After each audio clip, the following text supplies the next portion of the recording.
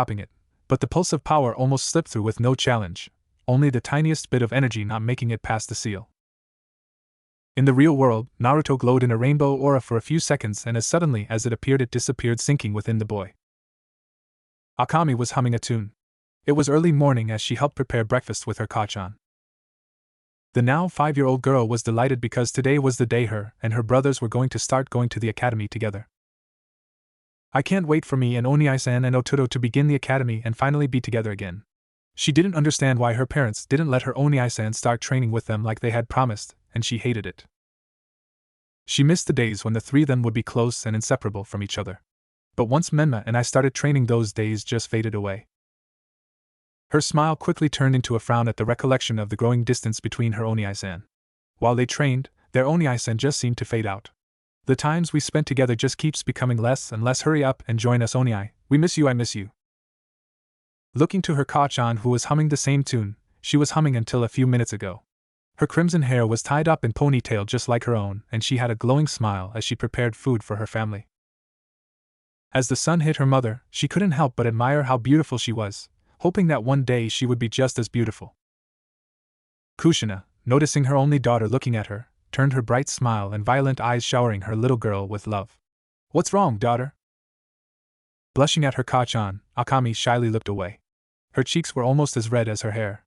Kachan, why hasn't Oniai-san started training with us yet? Her voice sweet and childlike, her blue eyes sparkling in innocence, and cheeks slight puffed. Her daughter was adorable, and any other day Kushina would squeal and give her daughter a big hug. But despite it being an innocent question from her daughter, it only brought out a feeling of guilt from Kushina. Her conversation with Minato echoed in her mind. She didn't like it one bit that her eldest had to be left out. But her worrying for his safety, and her husband's reasoning won out over her motherly instincts.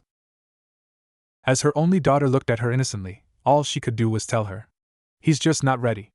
Her voice broke, showing that she was unsure on what she was saying. This only confused the young girl, who was cutely tilting her head. Seeing her daughter's obvious confusion, she leaned down to her height, patting her on the head soothingly and telling her, "Don't worry. He'll join you soon. Once he's gone to the academy, I'm sure Naruto will be ready, and then you can all train together." This brought a smile to the little girl's face, causing her Kachan to give just as big smile. "Now go and wake your Ototo and Oniai-san. Breakfast's almost ready." Akami's blue eyes sparkled. "Okay, Kachan." Running off in a happy mood thanks to the news that her Oniai-san will be with them again. Kushina could only smile at her daughter's happiness at the thought of her Oniai-san joining them in training. Turning to finish dishing up breakfast, she could only hope that her words were true and her eldest would join this year. Naruto will join in this year for sure, databang. As Akami ran off to wake her brothers, she couldn't keep the excitement she felt. Finally! Now that we're all attending the academy, we can all be together, and soon Naruto Oniai-san will start training with us too. Quickly opening the door to her Ototo's room, she ran to the bed where her Ototo was sleeping soundly. Smiling at how peaceful he looked, she gently put her hand on him. She shook him awake. "Come, Ototo, it's time for breakfast." Grumbling Menma replied with, "Okay, Wani-chan." He got up and wiped the sleep from his eyes. His Wani-chan was already running to their Oniai-san's room. Entering, she shouted, "Wake up, Oniai-san!" Her voice echoing through the room, yet her Oniai didn't budge one bit. Still snoring soundly, his sheets thrown all over the place from all the twisting and turning as he did during the night. Getting mad, she glared at her Onii and marched up to his bed, shaking him vigorously. "Wake up, Onii, or we'll be late to the academy." When Naruto's response was him turning away in his sleep still, she knew she had no choice. Taking a deep breath, she shouted at the top of her lungs, "Ramen!" Before she knew it, something sped past her, causing her to spin around from the force generated as it passed her. When she finally stopped, her hair was all messy. Blinking in surprise, she saw that her Onii was no longer in bed. "Gez Onii-san, couldn't you have at least made your bed?"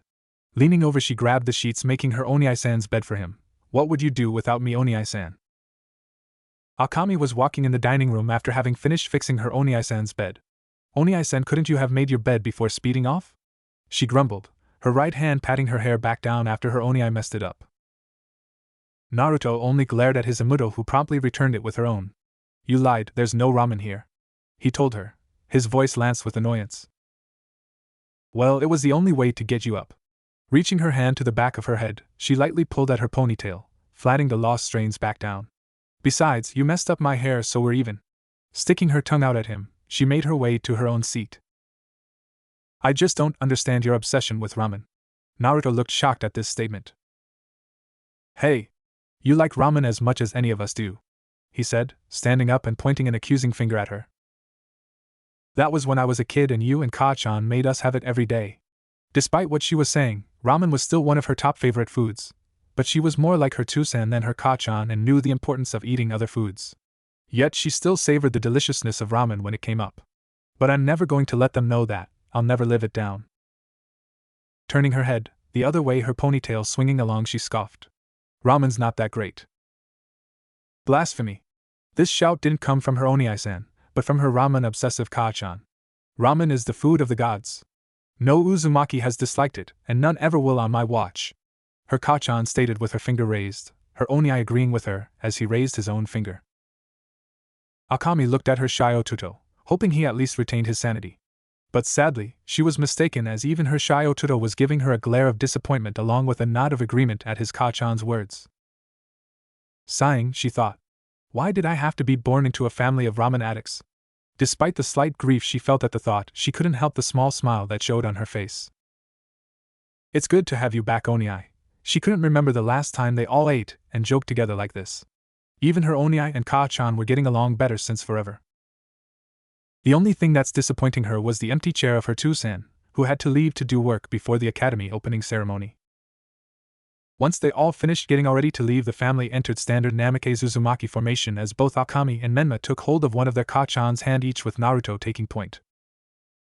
After a boring speech given by his Tusan and many slaps by his Amuto to keep him awake, the opening speech ended and they got to the fun part. Exhibition matches.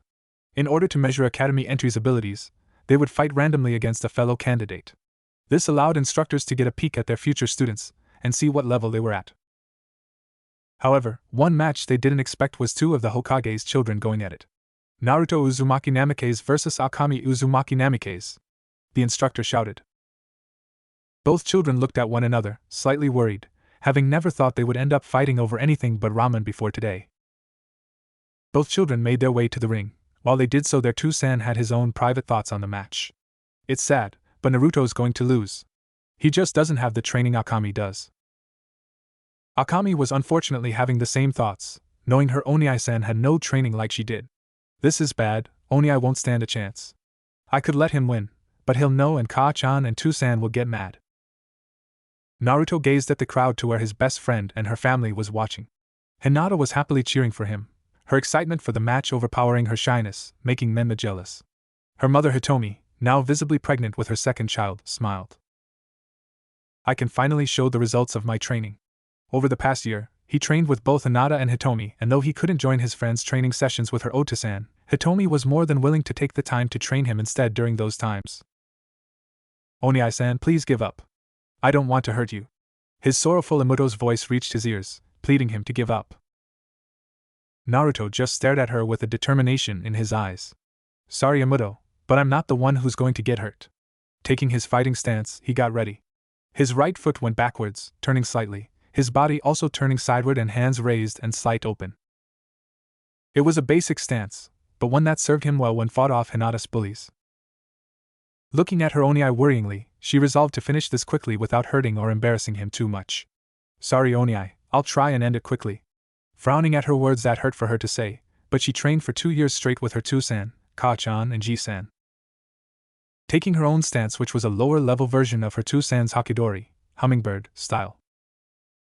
In her mind, there was no way her Oniai could stand up to her. The proctor shouted to start. Begin! Rushing her Oniai, Akami sped to Naruto, throwing a roundhouse kick, surprising him at the sheer speed she moved at. Despite the surprise, Naruto's arms were able to poorly block it, but he still felt some pain from the force of blow, hitting his awkward guard. She was expecting him to be sent flying like her Otuto usually did, though he did improve when he started putting chakra to his feet. However, she was dead wrong as her Oniai turned, his hips throwing his fist forward with slight spin to it, and putting his weight behind it as he aimed a punch at her face. Her reflexes kicked in, and quickly flipping back, she narrowly avoided the blow, eyes widening in surprise at the wind she felt from the punch. Now in mid-flip, one of her legs caught her Oniai's chin before finishing landing a few meters away. But Naruto wasn't even fazed by her blow, though he felt the pain. To the girl's eyes he looked completely fine. He withstood her kicks by pure muscle strength, something not even their Otuto could do. Smacking his mouth at feeling the pain from her kick to his chin and shaking his arms, it distracted him from the pain and numbness he felt as he quickly charged at his Imudo. Propelling off his back foot, Naruto quickly covered the gap between them. Though fast for his age and any other academy entry, besides his siblings and Hinata, to Akami, who was used to her sparring partners using chakra to move faster, her Oniai might as well have been moving in slow motion. Throwing a roundhouse kick of his own, his Imudo easily ducked under it, punching him in the face and sending him flying back a few meters. Naruto was able to recover his footing quickly due to years of beating older bullies, but was unable to recover in time to fully block his Imudo's next attack. Akami punched him in the stomach before attempting a kick to the ribs. Managing to block this with his left arm, Naruto was left helpless to the double punches to his face that left him momentarily stunned. His body felt heavy, his arms numb from his Imudo's blows, and a dull ache came from every spot she landed a hit. Akami just looked at her Oniai in bewilderment. Why doesn't he just go down? Despite the effect of her blows that Naruto was feeling, to Akami he still looked completely fine, the toll his body was taking not showing at all. She was used to fighting opponents with enchanted stamina like herself after sparring with a fellow Uzumaki many times. But her Oniai's endurance unnerved her. Not even their Otuto was able to withstand her hits for long without showing clear signs of fatigue despite his Uzumaki endurance. But her Oniai's own endurance seemed to be greater than both her and their Otuto's. Not even Otuto could withstand a combo like that and still look practically fine. I have no choice but to use that. She quickly glanced to her two-san in the crowd, who was looking slightly worried over the state of the match. What she was going to use was an advanced combo her two-san showed her, but banned from her using, saying they didn't want anyone to get hurt. Akami assumed they meant her since she would be performing an advanced technique, but in fact it was to keep Menma safe since the combo could hit several fatal points. Taking her stance and using the tiniest bit of chakra in her legs, she quickly closed the gap between her and her Oniai-san. She punched him in the kidney so hard, he would be pissing blood for a week, following it up by hitting her stunned Oniai with an upper palm strike to the chin. Naruto staggered back as his brain was rattled from the strike and winded from the blow to his kidney. This was exactly what his Imudo wanted as she grabbed his shoulders, kneeing him in his left kidney. Using the force her kick generated, she was perfectly set up for the next blow. Doing a 360-degree spin, she landed a knife strike with her right hand to his neck. What followed up was a double punch from her left to his chest, and then right punch to his heart. Akami smirked at the achievement at pulling off such an advanced move despite only being shown it once, as well as the victory she was sure had, but was shocked when she looked at her Oniai, who was still on his feet. No way. The smirk quickly vanished at seeing her combo had a less than derisible effect she wanted. Naruto's whole body felt numb, his arms and legs felt like lead, and his breathing was ragged as he tried to catch his breath. The sharp pain from kidneys irritated him, making him feel as if he was going to lose control of his bladder any second. His mind was still rattled, his vision was fuzzy, standing more on instinct and force of will more than anything else. Akami was getting slightly angry now. She trained hard wanting to protect her Oniai and Otuto, yet in the end it all seemed pointless now that no matter how hard she tried, she couldn't beat her Oniai-san, who had no training at all. She rushed him again, intending to finish this once and for all. But Naruto's vision came back a split second before she was in range, and on instinct, he threw a back fist at his Imudo. At the speed she was going, a normal person wouldn't be able to react at all, but her Oto-san once commented that she was faster than he was at her age. The world seemed to slow down. She could clearly see Naruto's punch just inches from her face. But her reflexes were fast enough to react and begun to weave under it, but then at last second, her Oni-Eye's fist seemed to glow red, speeding up and colliding into her face. Crack! The sickly sound was hard as Naruto's fist hit his Minato dead center in the nose and blood flew everywhere. Akami was sent flying as the crowd watched as she lost the match. Naruto's head finally cleared and looked at his downed Minato and smiled at having won their match. But that only lasted a moment as a sound reached his ears. Sniff sniff wah wah wah. Naruto looked at his Minato in horror as she cried, her nose broken and her face bloodied. His brotherly instinct taking over her went to help his Minato, but his Ka-chan and godmother Tsunade were already attending to her. Naruto, that was too much, this was only supposed to be a friendly spar. Kushina scolded, glaring at her son before going back to attending to her daughter. Tsunade's green chakra was already healing the bone fractures and mending the broken skin. Horror covered Naruto's face as he tried to reply. I didn't mean to. His stuttering was cut off by his Ka-chan though. Not now, Naruto, Akami is hurt. His Ka-chan shouted at him and scared him, reminding him of the night years ago. Did you see that? Came from the crowd. Turning, Naruto saw all the spectators glaring at him and whispering amongst themselves. They kept saying he did it on purpose out of jealousy, shunning the poor boy. To the villagers, Akami and Menma were heroes and Naruto was nothing despite being the Hokage's son too. That made Naruto the bad guy for hurting a little girl so badly, who was not only a hero, but his own sister as well. Adrenaline started pumping through his veins, making the pain he felt fade as their whispers reached his ears. I can't believe that. It was just friendly spar. He did it on purpose. Yeah, he did say he wasn't the one getting hurt. Out of jealousy. All throughout the crowd people were looking at Naruto in detest. The only ones who weren't was Hinata and Hitomi, who knew full well what happened wasn't Naruto's fault. Even his own Tusan and Otuto had looks of disappointment on their faces. You're wrong, I didn't mean to, he said shakily, his voice just over a whisper. But the voices didn't stop and only seemed to get louder. His breath became more ragged as he started to sweat. Stop it, but not one did, they just kept judging him. Stop it! He shouted, causing everyone to look at him before he ran off. Hinata quickly followed and Hitomi glared at the villagers who were saying that this was proof that he was guilty. Hitomi approached Kushina. Kushina, that was going too far. Her friend only looked at her, not understanding why she was being scolded. Naruto didn't mean to do this. Finally understanding, Kushina responded. But this was supposed to be a friendly spar. That last blow wasn't. It's clear that Naruto wasn't holding back. Hitomi could only look at her red-headed friend, thinking if they were both watching the same match. But Naruto hasn't been trained like Akami was and couldn't really afford to hold back. She tried reasoning, but Kushina ignored her. You saw how unscathed Naruto looked. Akami was clearly pulling punches and was keeping her blows light. Just like Akami, everyone else couldn't tell that Naruto was only standing because of his incredible endurance. However, Hitomi and Hinata, who both trained and knew of Naruto's amazing endurance and pain tolerance, could tell Naruto was feeling the hits. That's not true, Kushina.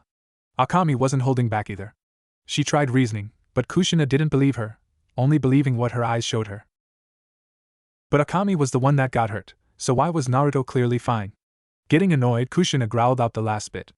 Even though it was an accident, her friend making her look the bad guy still hurt. In her mind, her son needed to learn that what he did was wrong in a light spar. Then maybe you should have trained him so he could hold back and fight her as an equal. Hitomi shouted, taking the red-haired women aback, her hormones getting the best of her as she walked off, leaving the red women to think. Is this my fault? She had no idea. It's not like they trained Naruto and taught him how to hold back. Jiraiya, who was deep in thought, was worried at the results. This isn't good, Akami should have easily beaten him, even if she was holding back. We'll need to step up their training. If she can't even beat a beginner who has yet to officially start training, then how can she hold up later on? Naruto ran far from the academy before finally stopping, his exhaustion finally taking over. His lungs hurt so much, and his legs were shaking, ready to give way any second now. Naruto-kun? The soft and soothing voice came from a worried Hinata who finally caught up to her best friend. Hinata, I didn't mean to. Hinata shushed him, understanding sparkling in her eyes as she told him. I know, Naruto-kun, it wasn't your fault. You just gave it your best, just like Akami did. Her words were quiet, yet clear, soothing Naruto's worries. But I hurt her, I hurt Miyamoto, he said, disgusted with himself. He was her Oniai-san. He was supposed to protect her, not hurt her.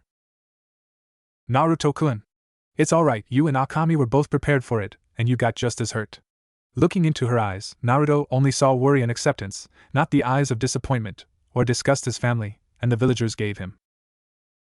Naruto's leg finally gave way, unable to hold themselves up, falling. Naruto was caught by Hinata. Come on, let's get you home. She was full of worry. She's never seen Naruto so tired that he could barely stand up. Finally, home, Hinata put Naruto on the couch, who just lied there silently. Fiddling with her fingers and blushing at the tired Naruto, she took a deep breath, readying herself. And Naruto-kun? She stuttered, looking away. Yeah, he mumbled groggily. Hinata looked down and turned red as she asked. Why your clothes? Take them all off, please. It took a few seconds for her words to sink in as his eyes shot up and he jumped up looking at her. What?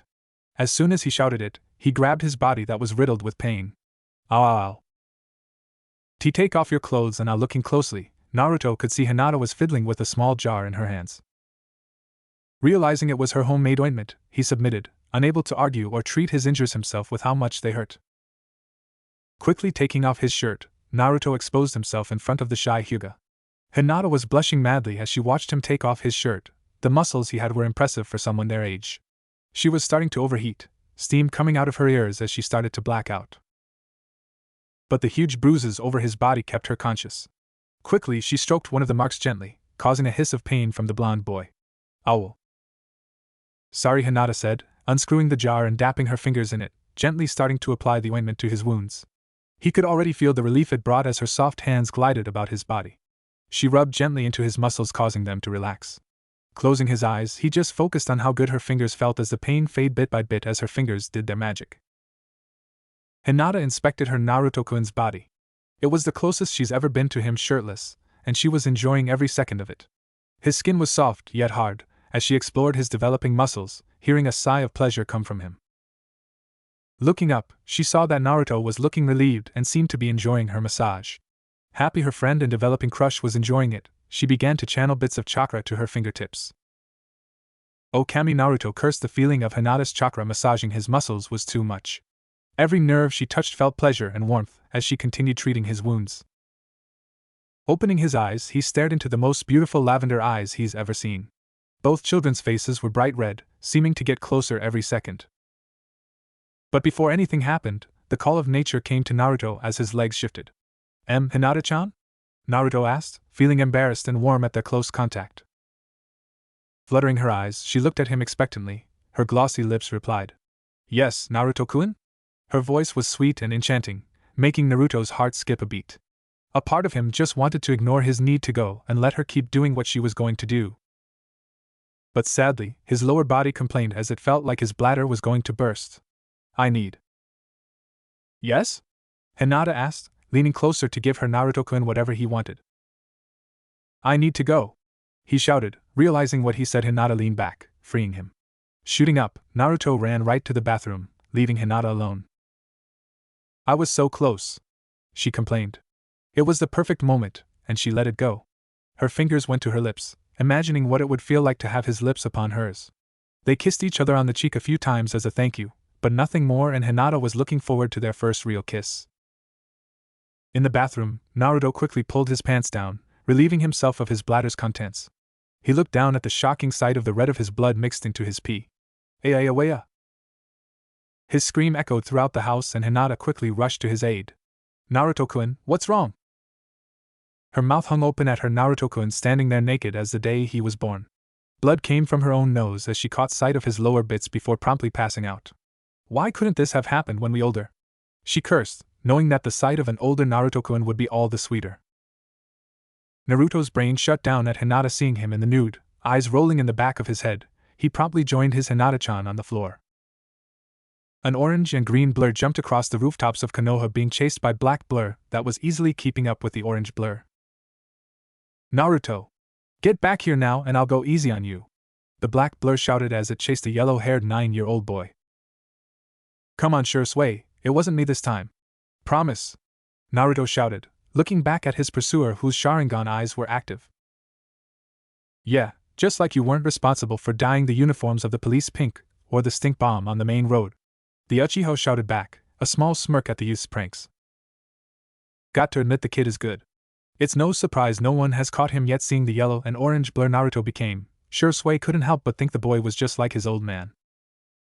In his year of pulling pranks, Naruto has not been caught once by any of the Uchiha police, not even the regular forces. Granted, Shushi has never gotten serious, enjoying his little matches of speed with the future Yellow Flash. Hey! Come on, I was only trying to give you guys a new look. Pink is a good color for you. It makes you seem less broody.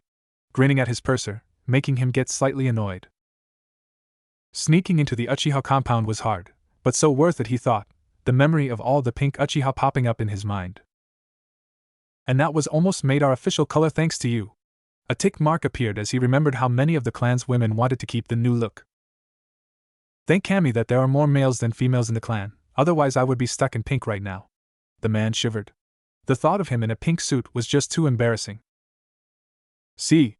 At least someone knows the glory of my pranks. Naruto shouted, taunting Shursui further. Just turn yourself in and you'll only get a night in jail. He threatened, though he knew the boy well enough that he would never take the threat. I'm telling you, it wasn't me. The Konoha policeman raised an eyebrow as he sarcastically replied. And I'm sure someone else covered that store in catnip and that someone is also not in class like they should be. Naruto looked away guilty, sweat dripping down his face, realizing he was mostly caught.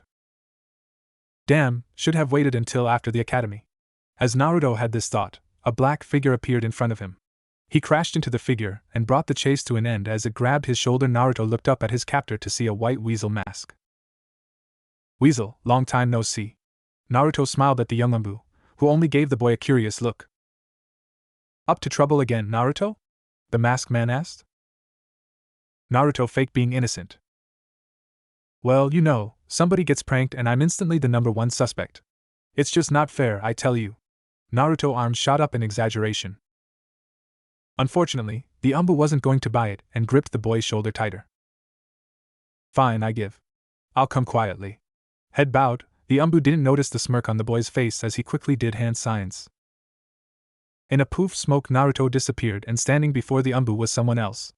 Itachi-kun purred out a seductive voice. The Umbu froze as standing before him was his naked girlfriend, Izumi. The transformation was perfect, down to her slender figure and boatful breast. This second of distraction was enough time as the girl smiled sickly, kicking him in the groin. The Umbu turned as white as stone, unmoving, as the woman turned back into a boy and made his escape. Shursui landed beside Itachi, looking at the man in pity. The masked man's eyes glowed red, 3 tomos spinning into existence, glaring at his best friend. Not a word of this to anyone. Don't worry, your secret is safe with me. The Shunshin, body flicker, ninja assured, eyes closed, sweat dropping down his face as he recalled his own embarrassing moment. The brat got me too by changing into Naori-chan. He opened his eyes, 3 of his own tomo and a sea of deep red appeared in each. Let's get him. With that, the 2 strongest Uchiha disappeared into smokeless Shunshin, chasing their prey. The chase went on for minutes with Naruto using every trick in the book, weaving through the busy streets of village to using his extensive knowledge of the village's back alleys. Alas, it was no use against the Uchiha's superior visual jutsu, who could track him with ease through the crowd and easily kept up with him in a match of speed. Naruto was currently chased by Shursui in one of Konoha's many alleys, preparing to make one of his famous escapes. But Itachi cut off his escape route with Shursui capturing the poor boy. Finally got you, the Uchiha said in victory, but Naruto only smiled as with a flick of his hand, a small ball was thrown into the air. It was small, about Naruto's palm size, but both Uchiha's Sharingan could easily spot the object, which cracked in slow motion and a bright light emitted from it. Both Uchihas were defenseless as a bright light blinded them, their Sharingan improved eyesight making it worse. To a normal ninja, it would only be a brief light that blinded them for a second, but due to the Uchiha's close proximity and their eyes, the light hurt worse, blinding them far longer than normal. In the confusion, Shursui let go of Naruto, covering his eyes, trying to block out the light and pain. Using this opportunity, Naruto escaped from the Uchiha's clutches. So long, losers. Taunting them, Naruto made his escape, Shursui growling as he did. However, his sensitive ears picked up the familiar sound of leaf crunching and the ninja lunged at the sound, assuming it was his prey. His arm quickly grabbed the boy in a headlock, tightening them as both of them fell to the ground. "Don't worry, Itachi, I got him." "No, you don't, you got me, Baka." The voice was rough and mature. A far cry from the child's voice his target had. His vision now clearing, Shursui looked down to see a mop of black hair. "Oops, sorry, Itachi." Quickly letting go, Itachi fell to the floor, his teary red eyes glaring at the blurry form of his best friend. Quickly picking up his mask and getting up, the Umbu spoke in a calm voice. "Let's go." He couldn't have gotten far. Itachi ordered, and both him and Shursui jumped out of the alley, not risking using Shunshin when their vision was compromised. After minutes passed, a figure crawled out behind several bins. It was pitch black, looking almost as if it merged into the shadows. As the figure came out, the shadows seemed to recede and yellow hair and blue eyes could finally be seen. His breathing was almost non-existent, his eyes vacant and motionless to the point that without getting a closer look, people would think he was a statue instead of a person. The figure stopped, his eyes taking in his surroundings, and after a few more minutes, a slight sparkle appeared in his blue eyes, slowly getting brighter along with his growing breathing and heartbeat as his presence and chakra slowly came back into existence. Suckers, they should have checked here before going off somewhere else. After years of pranking ninja and running away, Naruto easily mastered the skill of hiding his presence. His stealth and trap-making marks were the only category that he beat his siblings at. But it's not like Kachan and Tusan care about that. Taking a depth breath, Naruto slowly moved forward, making sure to hide himself and his presence as best he could as he made his way to the academy. Naruto slowly made his way into the classroom, still hiding, hoping to sneak in. "About time you got here, Naruto." His sensei's voice growled out. "Iruka-sensei," I was just. Naruto sweated, cursing how his teacher was able to find him nowadays. "Save it and take your seat. I expect you to stay after class and during lunch as well." Iruka ordered with authority. The boy was a wonder to him. His stealth skills were so good that when he first had been assigned as his teacher, he snuck in and out without him noticing. Heck, even now, Iruka could only figure out when Naruto was sneaking in or out by keeping an eye on Hinata, whose Byakugan would activate at timely intervals, searching for the blonde boy. "I swear, if you only applied yourself more, you could easily be as good as your siblings, maybe even better." Sighing, their sensei was brought out of his thoughts by an annoyed voice. "Really, Oniai-san, another prank? Grow up and take this seriously already." The boy's Minato stated, annoyed, though at the end her voice changed into a slight plea. Despite what her Kachan said, their Oniai didn't join in training after starting the academy. After getting hurt by her Oniai during the exhibition match and her Oniai's behavior during lessons lead her to the conclusion of why their Kachan said he wasn't ready. "Come on, Oniai, if you only stop this foolishness, you could start training with Tusan and Kachan too." Frowning at his Minato, Naruto slowly made his way to his seat. "But I am trying, Minato." Hinata was glaring at Akami, appalled at her behavior. "How dare you! Naruto-kun has been training really hard, yet all you do is look down on him." Despite their close relationship at first, the more Akami drifted away from Naruto, the more she also drifted away from his siblings. She was still their friend after all, they were still Naruto's family, but there was a strain among their relationship. When she heard the seat next to her being pulled back, she gave a brilliant smile as her Naruto-kun sat next to her, like always. Menma glared at Naruto. The boy tried to sit next to Hinata-chan many times, but his Oni would either pull him away to sit next to her or Hinata would wait until the last second and pick a space with an empty chair for Naruto. The day quickly passed with Naruto trying to not fall asleep while he took down some notes. The day now over, he watched as his siblings ran to their parents, who were waiting just outside the gate. The happy family quickly left for home, except Naruto wasn't with them, nor did they question his absence. "Naruto-kun?" Hinata asked, her hand touching his. Naruto smiled at the contact, making him feel a little better. "Naruto-kun, why don't you ask your parents for training again?" Hinata asked. She knew the answer he would give, but she hoped if he asked, his parents might actually do something for once. "No. Akami and Menma need it more, and I'm sure they'll get back to me eventually." His voice grew weak at the end, knowing that it was unlikely, but still chose to believe in his family. "But Naruto-kun, it's been ages now and Menma and Akami are top of the class already. Surely they could spend some time with you now." She hated how his parents kept putting the matter off. But what she hated worse was that Naruto was letting it happen with a smile. Naruto was doing well training with her and her Kachan, but there was a limit on how much Naruto could learn and improve like that. Naruto was easily average in the class, but unlike his siblings and her, he didn't learn a clan style and had yet to develop his own, above the basics taught in the academy. The only things Naruto had going for him were his stealth, trap making, and thanks to her and her Kachan, his chakra control. Naruto-kun, you need to learn new styles and techniques of your own like everyone else's. She cursed the fact she couldn't teach him the gentle fist, and her Otosan got so mad when she actually tried, making Naruto refuse any training that would get her in trouble. Still, Akami and Menma need it more. Don't worry, I'm sure I'll start training soon. Naruto smiled, but Hinata could easily see it was forced. Hey Naruto-kun, Hinata-chan, came a soft voice. They saw a woman with short black hair wearing a blue robe coming towards them. You guys ready for your lesson? The women smiled. Shizen-sensei. Both children agreed happily. You bet we are. What are we going to learn today? Naruto asked excitedly with a real smile, making the Hyuga girl next to him happy. Settle down, Naruto-kun. I think you're going to enjoy today's lesson a lot. Shizen bent down, getting closer to the boy's level. Today I'm going to teach you the chakra scalpel. The boy's eyes sparkled with excitement at this. It would be one of the first real jutsu he would be learning in ages. Now I'm only going to teach how to do it with a finger at first, but if you do well, I'll start showing you how to make a bigger one, K?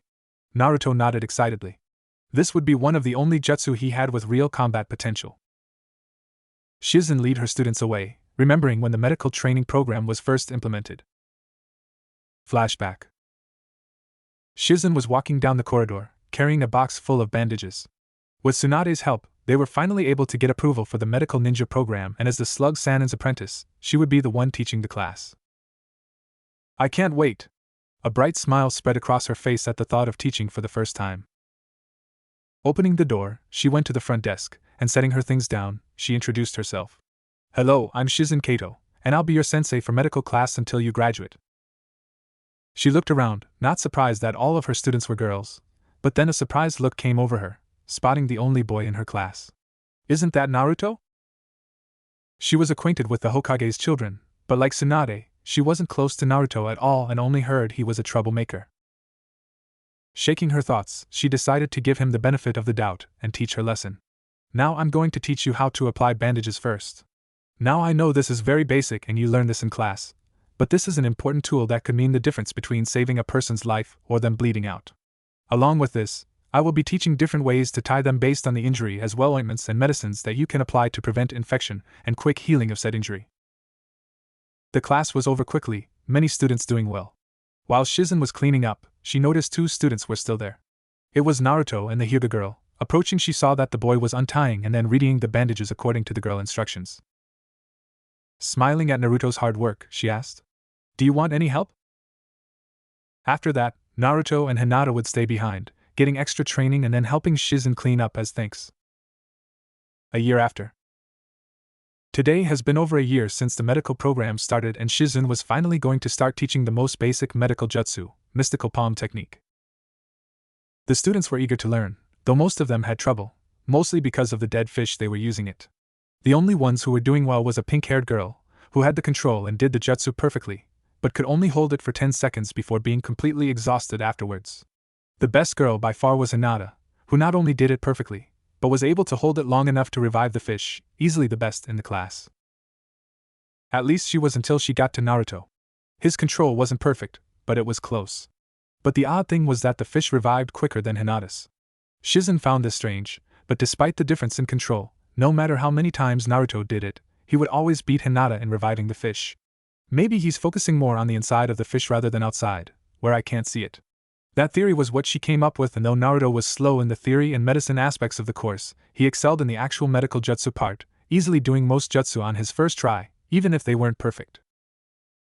End of flashback. Shizen walked into the classroom carrying a box.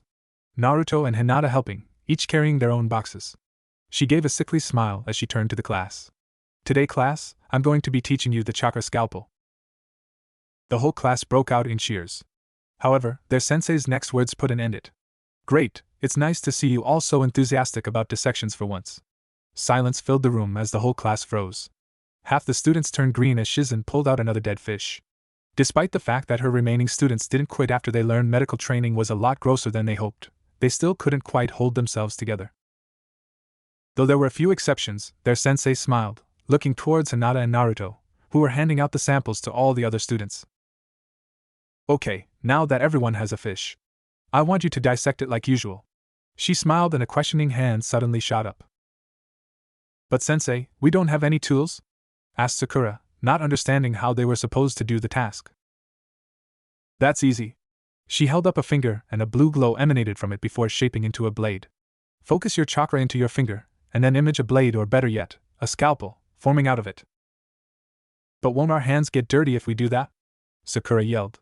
She understood that they needed to do this to learn, but she was still far from comfortable getting blood all over her favorite dress. Only if the chakra's not sharp or strong enough.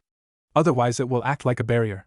When working in the hospital or medical camps, special custom-made gloves are given that are designed to not interfere with your chakra and allow the quick removal of the blood-stained gloves so that you can move on to the next patient.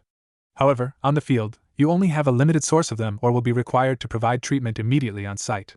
Because of this, you need to learn to not only shape your chakra into a tool to use, but also as a barrier that prevents bacteria on your hands infecting the patient. That seemed to satisfy any questions for now as Sakura and several of the more squeamish girls gulped at their fish. Okay, I want you to remove the organs in the exact order I instructed you as last time. Marks will be given based on the quality of the cuts and order at which the organs are removed as well as the condition they are in once removed. With those words, everyone tried focusing chakra to their fingers. Hinata was focusing hard, her Byakugan active as a blue glow emanated from her fingertip and then slowly formed into a scalpel that was a few inches away from her hand.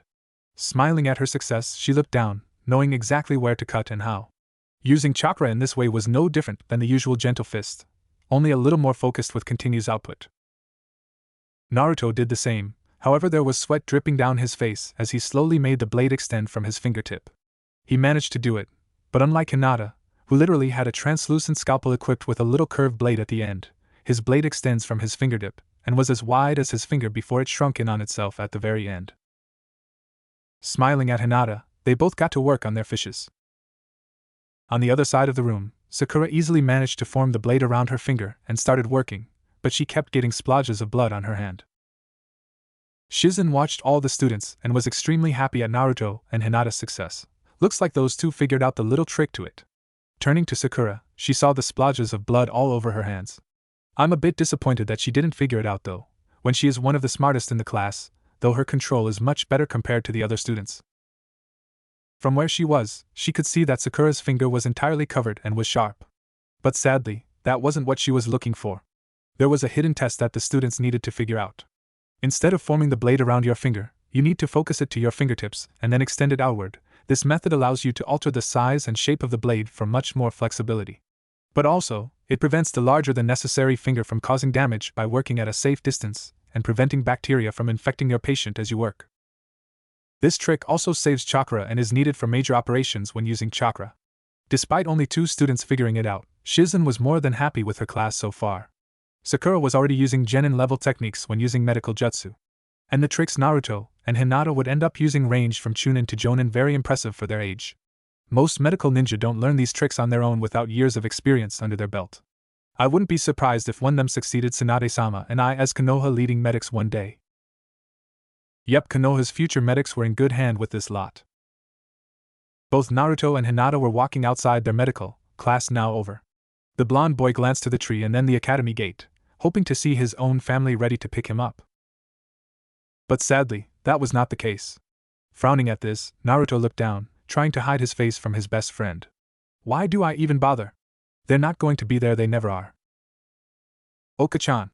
Hinata shouts in surprise. Looking up, Naruto sees a figure in a wheelchair approaching. As she comes closer, the 2 children could see a wheelchair-bound Hitomi being pushed by her maid, Natsu. The poor woman lost the use of her legs during the birth of her second child, the damage too severe for even the legendary Tsunade to fix. Hinata rushed over, worried for her Oka-san. Oka-san, you shouldn't have come. I could have made it home by myself. She worryingly said, knowing her Oka-san was in no condition to pick her up like she used to. But still her Oka-chan persisted, coming to pick her up every day with the aid of her handmaiden. Nonsense, Hina-chan, is it so wrong for me to come and pick up my little baby? Hitomi opened her arms, accepting a hug from Hinata. But I'm not a baby anymore, Oka-san. Hinata's head looked up from the leaning place of her Oka-san's bosom to glare at her. Nope. You will always be my little girl, Hina-chan. She told her child, patting Hinata's hair as she did. Knowing there was nothing she could do about her Oka-san, she sent a glare to Natsu, whose lips moved in a silent apology, making it obvious that Hitomi's handmaiden tried to stop her. Looking at Naruto, Hitomi offered. Naruto-kun, would you like us to walk you home? The boy cheered up at seeing his aunt. No! It's my job to escort you home. Naruto and Hitomi smiled as she held out her hand. Well then, would you be a good gentleman and escort us home? Naruto took the offered hand while Hinata took the other as the group started their walk to the Huga compound. Naruto held Hitomi's hand tightly. It was rare for him to get a chance to hold his own Ka-chan's hand with both of them being occupied by his Imuto and Otuto. So, despite his insistence that he was just properly escorting a lady home, he really found comfort in holding Hitomi's hand. So, where's the little firecracker today? Naruto asked, wondering where their missing member was. Hitomi's head bowed as she replied, her voice filled with sadness and worry. Hanabi-chan is training with her Ota-san again today and couldn't make it. She was worried. Her husband has been focusing on Hanabi more and more lately, making her grow distant from both her Oka-san and Wani-san. Hinata was having similar concerns, missing her own Imuto immensely. After dropping them off at the Huga compound, Naruto decided to go home. I'm home, Naruto called as he entered his house, but he didn't know if he could still call it home. Despite his shout having echoed throughout the house, no one answered back with welcome home. Walking into the kitchen, the light still on, he could see his parents and siblings were sitting down, ready for dinner, hardly noticing he just entered the room as he took his normal seat. Dinner was as usual for the Namikaze household. His Ka-chan and Tusan smiled as his siblings talked about today's training and what happened at the academy. It wasn't until after dinner that it all strayed from the norm. I have an announcement to make, his Tusan announced. His siblings looked at him with expecting eyes while Naruto just rolled his, knowing it wouldn't involve him. Pulling out a piece of paper with the Uzumaki crest on it, he continued. Sensei and I have spoken and we decided it would be best to give the position of clan heir to either Akami or Menma. His Tusan smiled blatantly, Menma as well. How couldn't he? The fact that their Tusan was going to make one of them clan heir was the same as acknowledging their abilities to the highest degree. However, 3 people were not as ecstatic about the announcement. Kushina looked at her husband in shock, not having heard anything about this. Akami was the same, looking at her Tusan, not believing what he was saying. But the third and most vocal of trio voiced his outrage. But I'm clan heir! Naruto roared across the table, earning a look of shock from his Ka-chan and Imuto, but only displeasure from his Tusan. Naruto, sit down and I'll explain. Minato ordered, offended that his own son would shout at him in such a manner. What's there to explain? I'm the oldest and that makes me clan heir, it's how it's always been. Normally, Naruto would be calm and put a fake smile when his Tusan made a decision. But not this time. Even though he didn't start training in the Uzumaki arts, he still studied and worked hard with Hinata to prepare for the day he would take over their clan. He even doubled his efforts when he found out how like the position was to that of the Hokage, and that everything he would learn as clan head would also be needed as Hokage. The fact he was clan heir was the only thing that really made him part of this family, and was an important step for his dream of becoming Hokage. Naruto! Minato growled in a warning tone as he started explaining his decision. Menma and Akami have both worked hard, achieved top of their class, even mastering the Rasengan. They more than earned this and showed that they both have what it takes to do the role. Minato couldn't really blame his son. They never really talked about who would become the heir, and Naruto, as the oldest and firstborn, would have naturally assumed it was him. But being clan heir requires more than just being born into it, but the skill and knowledge to do the job as well as the willingness to sacrifice yourself for the clan. But Naruto tried to say, but his Tusan just glared at him, causing him to keep quiet. However, an unlikely person came to his defense. Oni-san's right. Everyone looked at Akami, who made her voice heard, shouting her views to her family. Oni-san is clan heir and it is his right. We just can't take that away from him. Imuto knew her Oni was a lot of things. He was reckless, rude and never took his schoolwork or training seriously. But she still loved him and would never take what belonged to him. Minato only looked sadly at Akami. Out of the two, he wanted her to take the position. She was smart and mature like him and was clearly the stronger of the two, as well as having the knowledge and manners to take part in politics the future position held. He just knew the Uzumaki clan would be in good hands with her. But he couldn't force her to take the title if she didn't want it. That only left Menma. If he didn't want it, Minato would have to leave things as they were and let Naruto keep the title, hoping he would mature with age and grow into it. I really hope he accepts. Naruto's just not fit for a role like this. He's too like Kushina and wouldn't be able to keep his emotions in check. His thoughts were unnecessary as his youngest child spoke up. Then I'll take it. Menma raised his hands, happy to have one up on his Onii. His Onii always beat him at everything but training, and in the young boy's mind, being a ninja was his thing. The fact that his Tusan was recognizing his abilities made him happy, making him think that he deserved this. Onii, you have a lot of things already. Even Hinata-chan pays more attention to you, but this being a ninja and now clan heir is mine. Another reason he wanted the title was because he knew Hinata was heir to her clan, and hoped it would help him get closer to the shy Huga he had a crush on since forever. Akami only looked at her Ototo in shock. You can't be serious. Menma glared back, raising his own voice to his Imuto for the first time. And why not? We trained for this, we worked hard, spending countless hours training and getting stronger.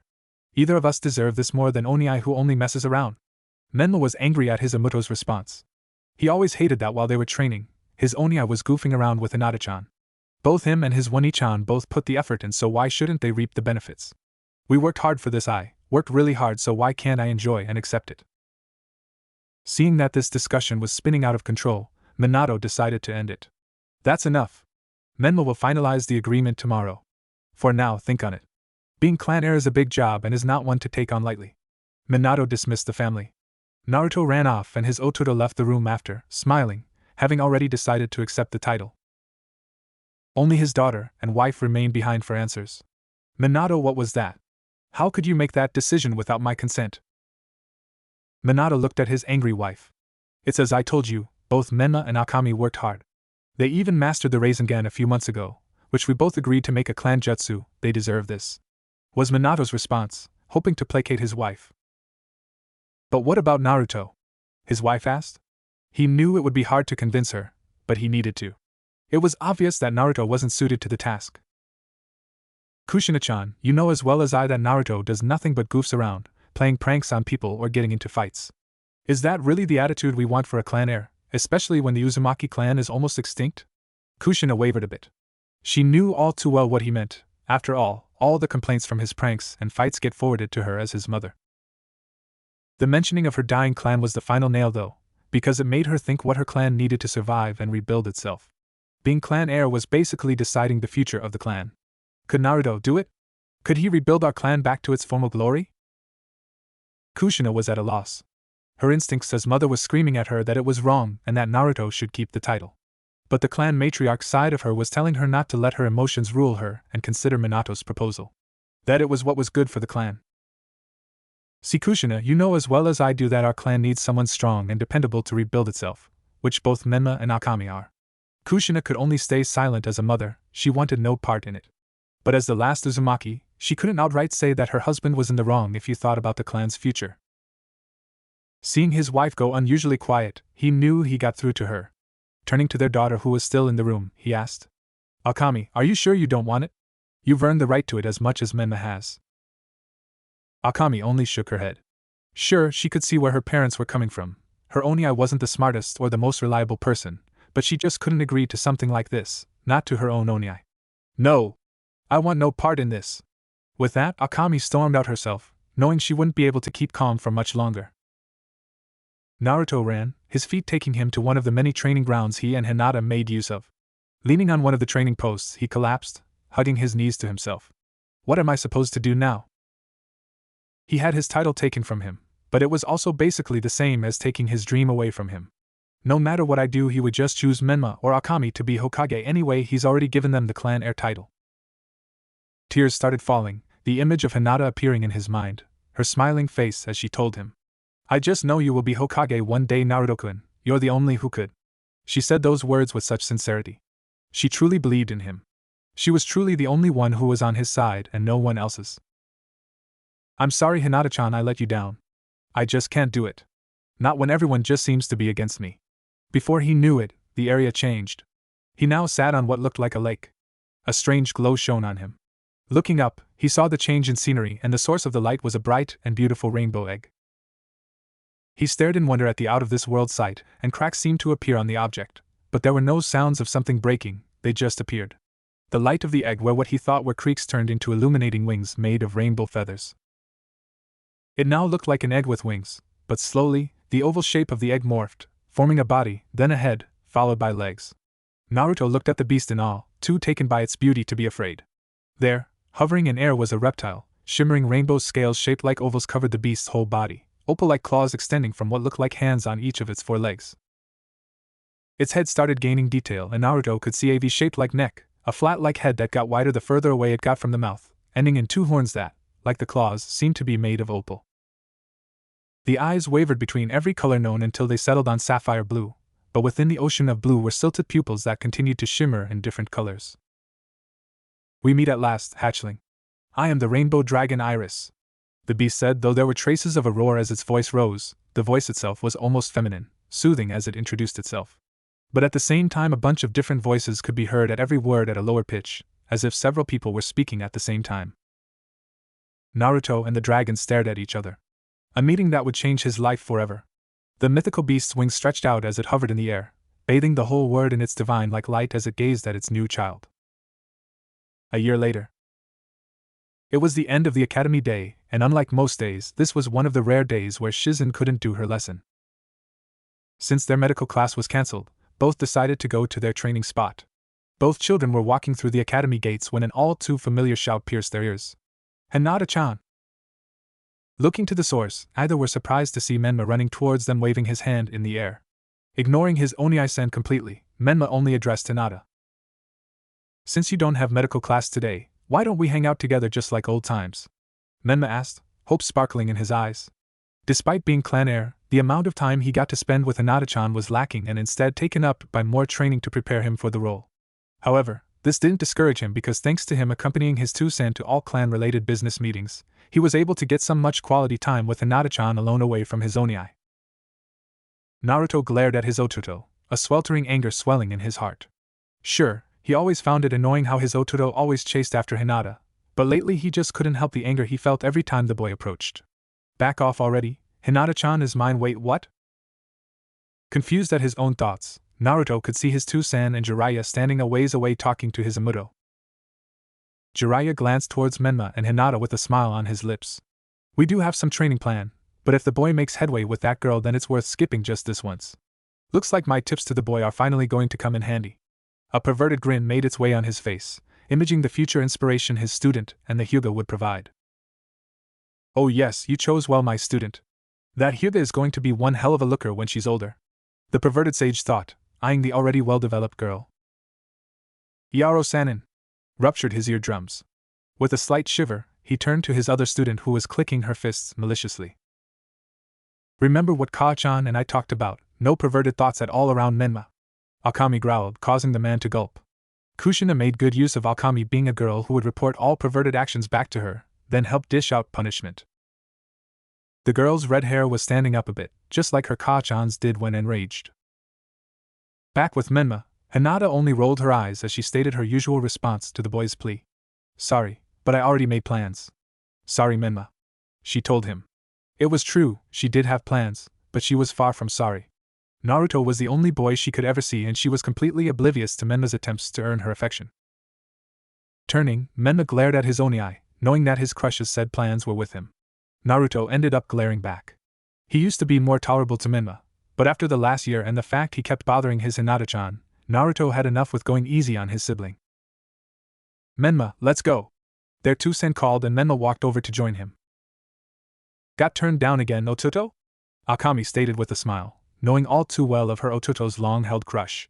She was happy and thought they would make a good pair, even though his confidence had improved. Her Ototo would always be the shy little kid that followed her and their Onii-san around. Menma glared at her, not liking the statement. "Don't worry, I'm sure you'll get your chance, just keep at it, and she'll sure to say yes one day," Akami encouraged. Menma grew a bit sad at this though. "And when will that be? I've been trying for years to get her attention, but nothing seems to work." Akami put a hand on her Ototo's shoulder to soothe him. A smile broke on Menma's face after seeing his Oni-chan's support. "I suppose she really does live up to her name. She's like a shining light that makes a sunny place so close, yet so far, but you can still feel the warmth and kindness she generates." Akami just laughed, unable to hold it after her Ototo's attempt at being poetic. "Man, you really have it bad for her, don't you?" Akami said between giggles. Glaring at her, Menma declared. "Just laughed it up, Someday I'll reach that sunny place, and then Hinata-chan will be my shining light. His words only caused Akami to laugh harder. Jiraiya was scribbling down notes as she did. Keep it up, kid, this is pure gold. Girls will just eat this mushy stuff up. As Jiraiya wrote down on his notepad, his instincts kicked in as he finished the final word and alarm balls went off in his head. Looking at Minato, he saw an equally stunned look. Both adults looked at each other, realizing that they both had the same thought as that word brought up a certain phrase. Their union will bring new hope, or despair if the child loses his light. Darkness awaits those who took their beloved away.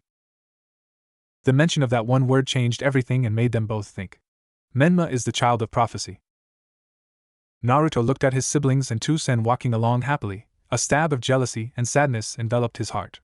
But as soon as it arrived, it was chased away by a warmth that enveloped his hand. Turning, he saw Hinata giving him her lovely smile. Man, she's beautiful. Too engrossed in his best friend, he didn't even question his thoughts. To him, Hinata was truly the only beautiful girl there was for him. She stayed by his side, protected and supported him. She was truly his sunny place. A sanctuary to the darkness that haunts him, that only her loving light could chase away. Both turned to the direction of their usual training ground, their hands touched and then jumped away, almost as if a jolt went through them at the contact before they eased closer, eventually taking the other's hand with their own. Once they got to the training ground, Naruto smiled at Hinata before closing his eyes, digging deep down. Quickly making the ram, snake and tiger seals. Bunshin no Jutsu. Clone Jutsu. A poof smoke appeared, but as the seconds ticked by, instead of a clone of Naruto, hovering in the air was an ethereal dragon.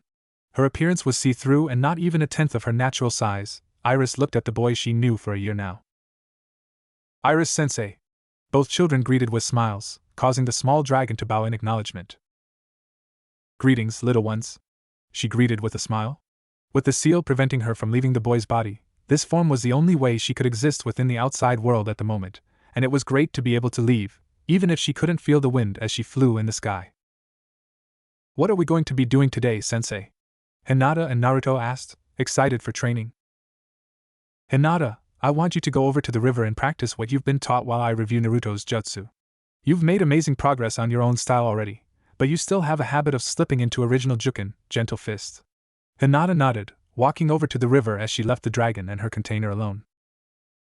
Hatchling, it has been a year and you have been able to pick up my style quickly thanks to your previous training in chakra.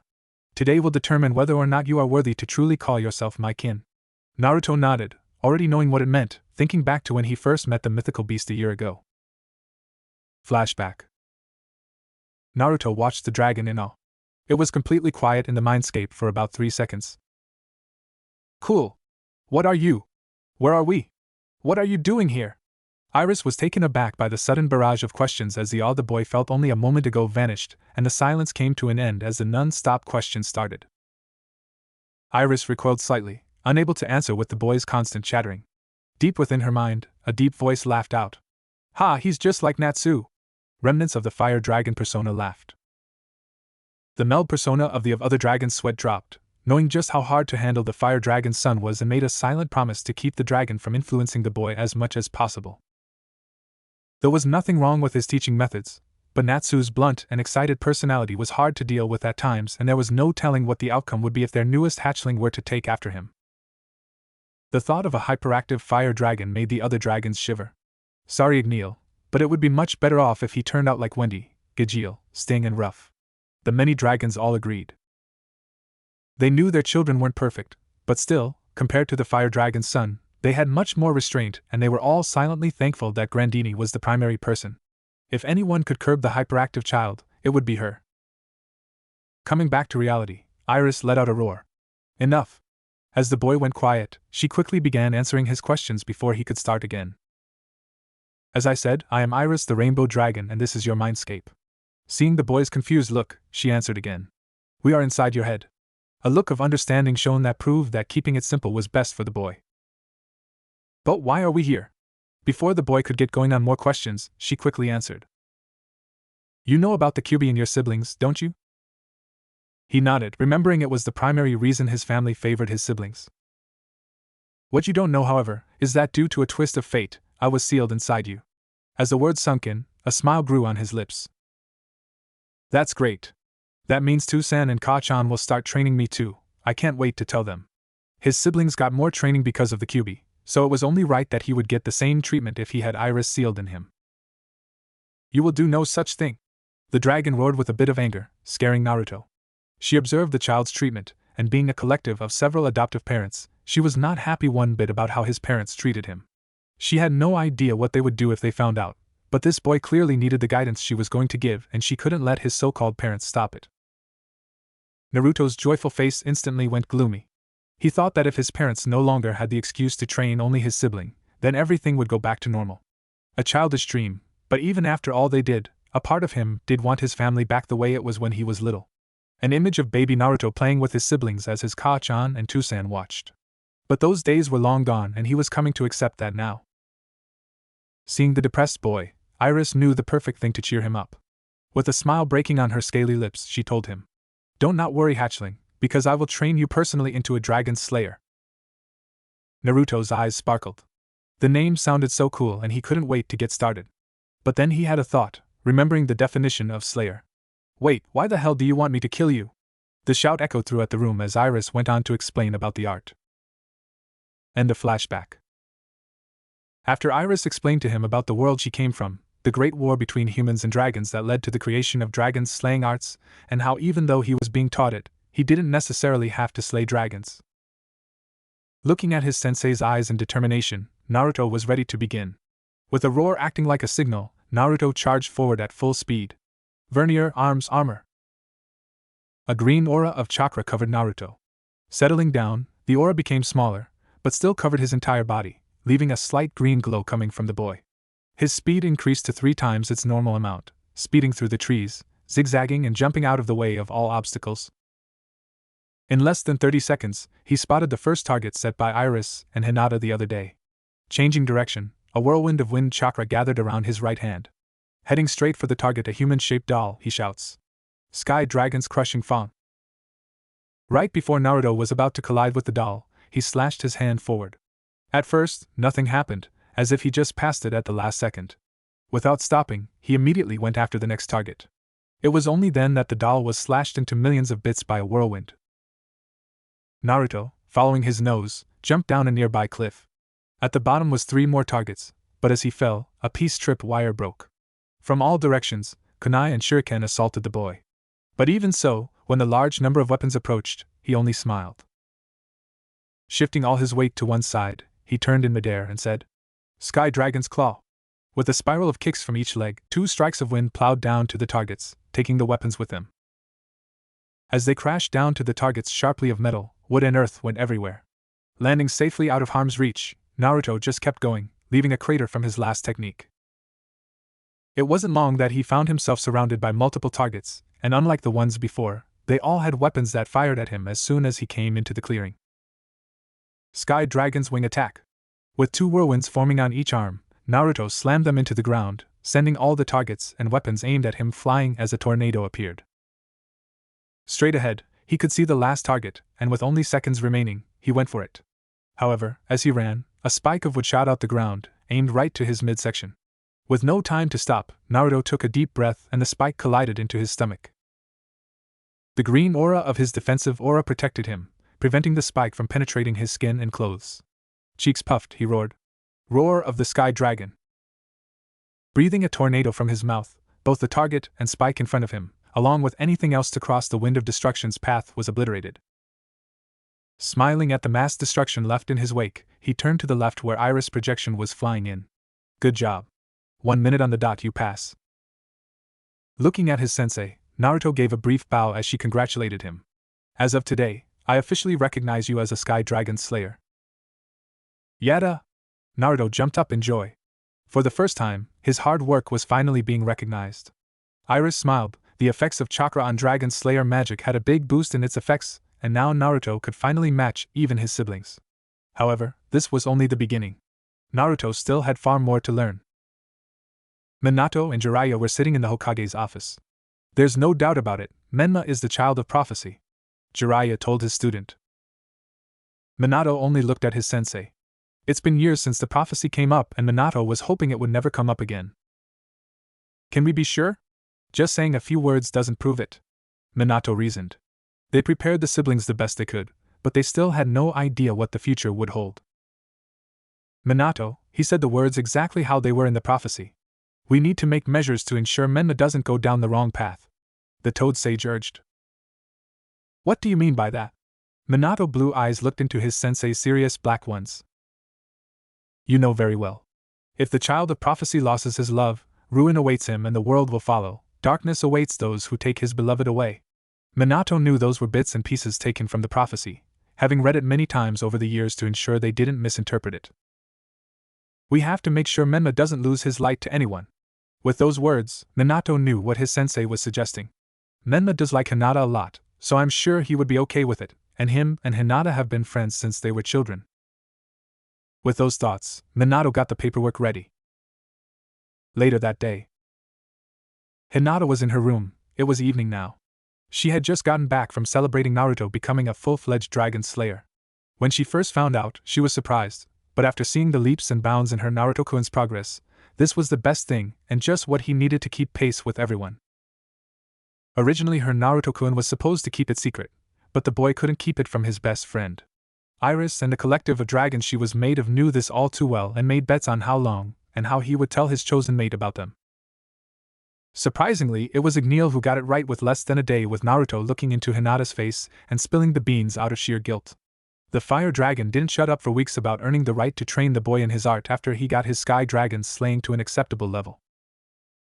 Hinata looked to the side, a sewing kit and what looked like a scarf on the side. She's been working on it for months now, intending to give it to him as congratulations for passing his test today and confessing her love, but it still wasn't finished.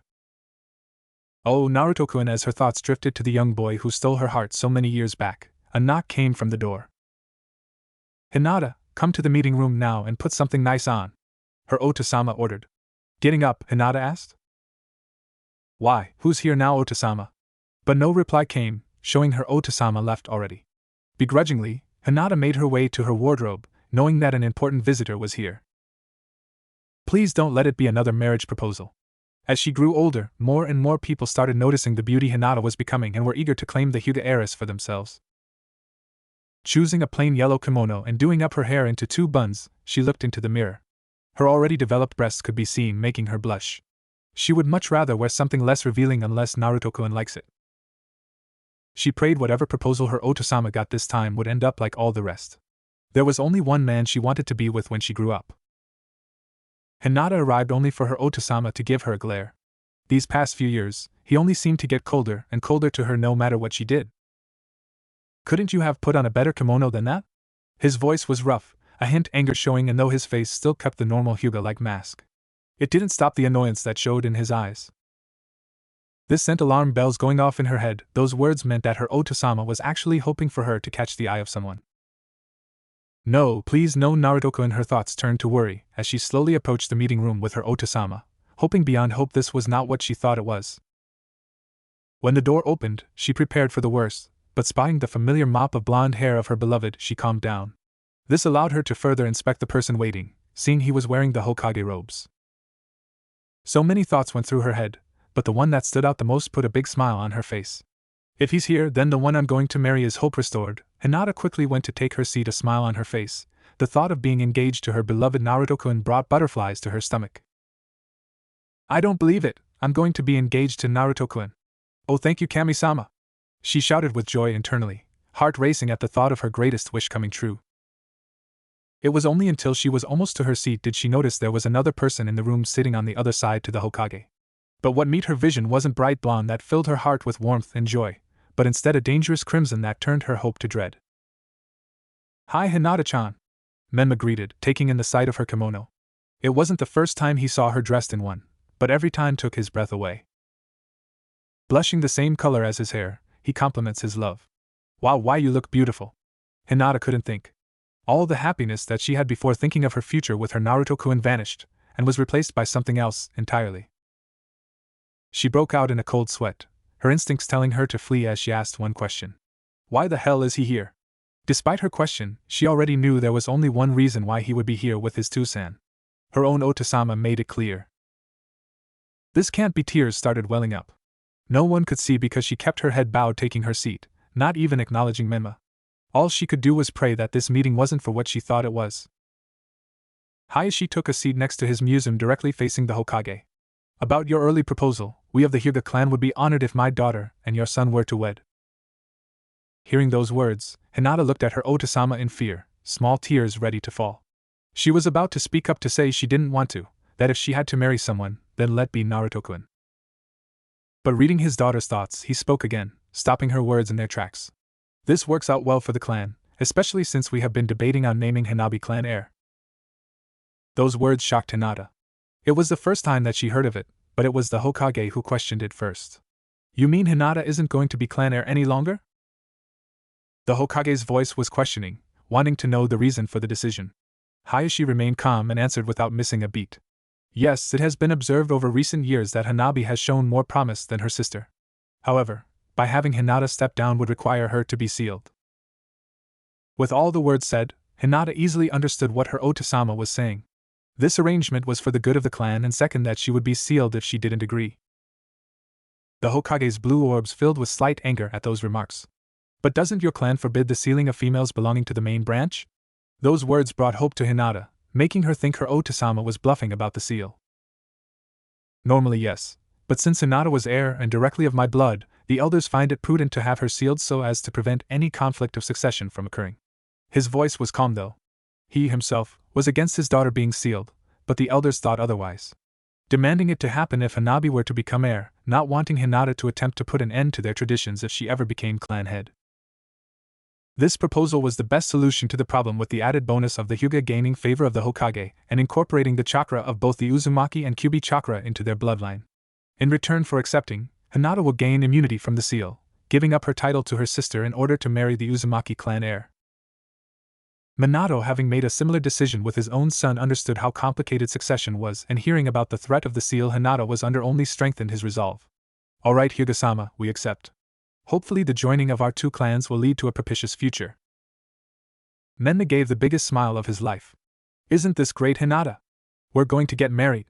Hinata only put a fake smile, not saying anything, not risking her Otasama's anger as she spoke up. What was that, Otasama? I don't want to marry Menma. Hinata shouted with all her might at her Otasama. You are and will marry him. Hayashi growled, scaring his museum. Our clan has never been close to any of the previous Hokage. This is a once-in-a-lifetime opportunity, and many of the villagers already agree that Menma is likely to become Hokage someday. In that case, why not Naruto-kun? He's also the son of the Hokage and would fit the role just as well. Hinata cried, tears streaming down her face. The Kyuubi chakra possessed by Menma will only increase the effects of the Uzumaki and Hyuga bloodlines merging, and he is also the future head of the Uzumaki clan. I doubt the elders would be as willing to let the matter of you being sealed go if you were to wed anyone else. Her Otasama wasn't listening, he already decided that this was for the best. This for the good of yourself and the clan. If you don't go through with it, you will be sealed. Hinata only looked down, tears falling freely as she became trapped by her clan. But I love Naruto Keien, she cried, the image of her first only love moving further and further away from her. You are forbidden from seeing him as much as you have. You are engaged, and it would not do good for the clan's reputation if you were to be caught messing around with another man besides your future husband. Hayashi ordered, leaving his crying museum alone. Hinata collapsed, tears falling. She didn't want this. She didn't want to marry someone she didn't love. Hinata fled the compound in tears, not caring where she was going, desperate to escape. Hey! Someone cried as she bumped into them. As Hinata fell, strong arms encased her, filling her with a sense of protection and warmth. Looking up, her teary eyes crossed with the blue orbs of her beloved, concern etched across his face. Hinata-chan, what's wrong? Naruto asked frantically, hugging his friend closer. Hinata only sniffled, griping Naruto's shirt tighter, burying her face into him, trying to make all the pain and sadness go away. Anger flared in Naruto's eyes as he held on to his Hinata tighter, pulling her closer to him, making it seem that the two were almost the same person. When I find the person who made my Hinata-heim cry, I'm going to. His enraged eyes flashed red for a second before returning to normal. A gentle look swapped out the rage as he stared down at his beloved. Now was not the time to go on the rampage and kick someone's ass. No, that came later. At the moment, his light needed him. He would chase away her sadness and worries just like she did for him so many times before. Bringing his hand up, He began to soothingly stroke her hair and then going all the way down the side of her back. Hinata shivered slightly at the attention, burning up as she felt the all-too-familiar feeling of the love she had for the boy in front of her. Minutes went by, but to the boy and girl who were embracing, it felt so much longer. Finally, Hinata looked up at the blue orb she fell in love with so many years ago. "Naruto-kun," she whispered, puffy red eyes full of fear and seeking comfort. "Don't worry, Hinata-heim, whatever's wrong, I'll fix it and then beat up the one responsible," Naruto assured, his azure eyes sparkling with affection and resolve to protect his Heim. She couldn't spit it out. Her mouth went dry, no sound coming out. She tired looking away, but Naruto's hand came up, turning her back to him before it rested on her cheek, supporting her head up and offering comfort. "I'm being forced to marry," she cried, her head instantly taking its place back on Naruto's chest as she cried more. Naruto froze as the words processed. He unconsciously griped Hinata harder, hurting her a bit, but she didn't care. She needed him. Fear roused up in Naruto. His heart felt like it was going break in two. His own heart and breath started racing as a cold sweat started. Hinata-chan's getting married. No, no, no! She can't get married, she just can't. Even as he said it though, he couldn't come up with a reason why it hurt him so much. It was only when his shocked face looked at his pained friend that he realized why. The ache he felt as she saw her cry. The memory of her smile bringing him so much warmth and comfort. "She can't because I..."